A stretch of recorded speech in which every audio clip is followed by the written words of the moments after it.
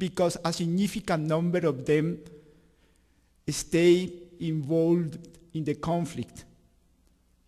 All the participants in the war have terrorized and targeted civilians, especially in the rural areas. More than 3 million people have fled from their homes, abandoning their land. Colombia now has the third highest number of internally displaced persons in the world, behind Sudan and the Democratic Republic of Congo. Colombia keeps being the first producer of cocaine in the world, although you have spent about $5 billion in the war on drugs of the Bush administration for the national security of America.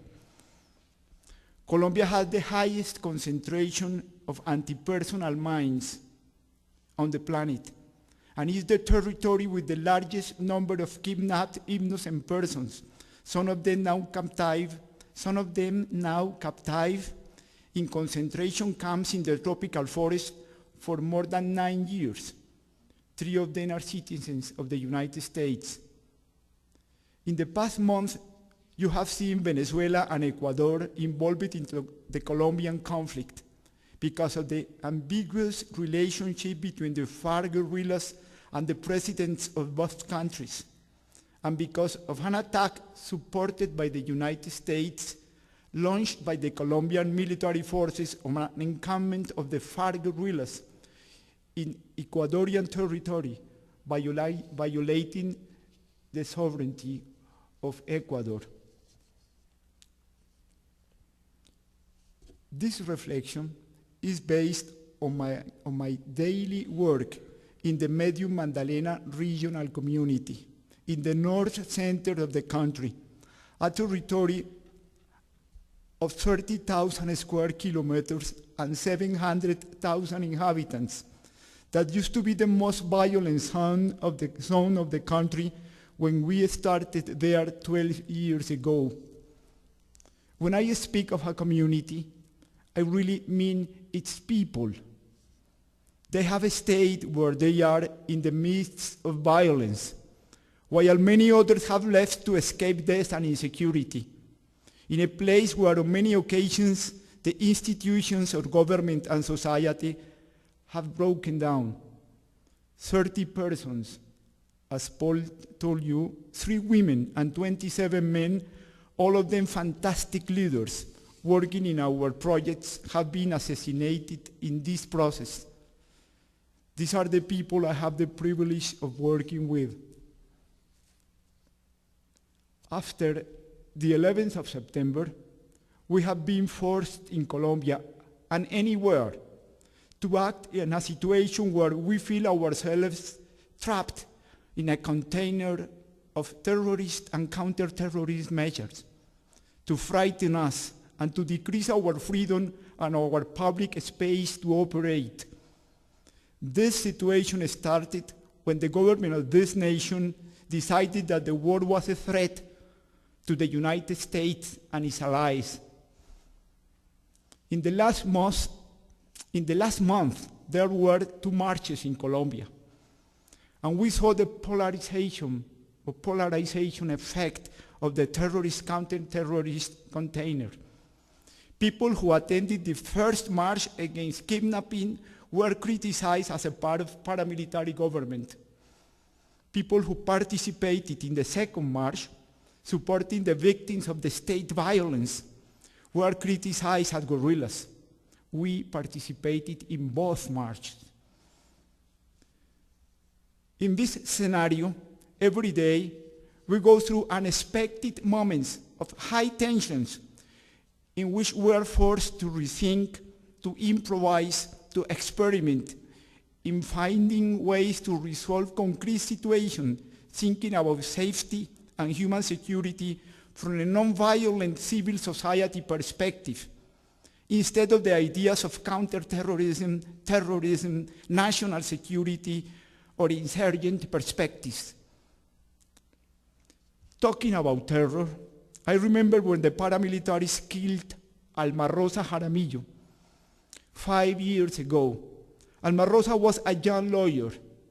She joined us in her decision to protect the rights of the poor campesinos, farmers. In her work, she was kidnapped by the guerrillas the day she was protecting a Jesuit priest. She has received a letter from the Father General of the Jesuits because of this. After that, she was detained and disappeared by the paramilitaries. We discovered her body by the river. 3 days later, they had cut her arms, her legs, her head. We were thinking what to do. Obviously, the intention of the perpetrators of such atrocity was to terrify us in order to force us to leave the area. We were in Morales, a small town in the region, where Alma Rosa was our coordinator. The men working in our program decided to leave the town, at least for a prudential time. And it was another woman, Agda, single mother of 2 girls, who took the initiative when we were in the discernment. We ought to continue in Morales, she said. Let me take the place of Alma Rosa. Remember Jesus, do not be afraid. And she did. She moved to Morales, and we resumed the same week the process in Morales. In order to create a different framework and escape the terrorist counter-terrorist container, we invite people to focus on human dignity, human security, and human rights. This basic point of departure was established in the Universal Declaration of Human Rights in 1948. I quote the preamble. The recognition of the inherent and equal dignity of all members of the human family as the foundation of freedom, justice, and peace in the world.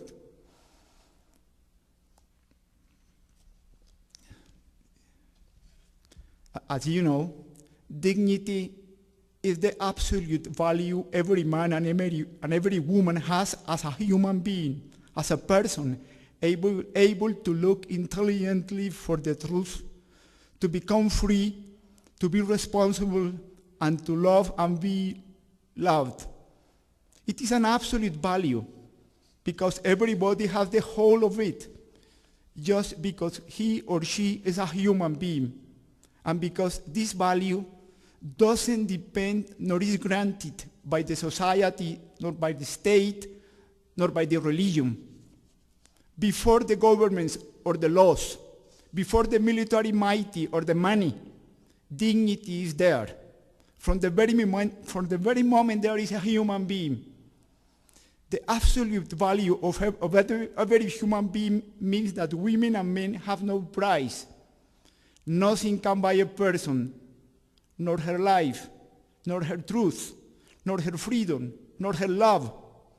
The personal awareness of her absolute value and the understanding that we act our dignity in the relationship with others is the basis of the ethics of dignity. No person can be used as a means to get objectives for another person. You can offer your service to another person, but not your dignity.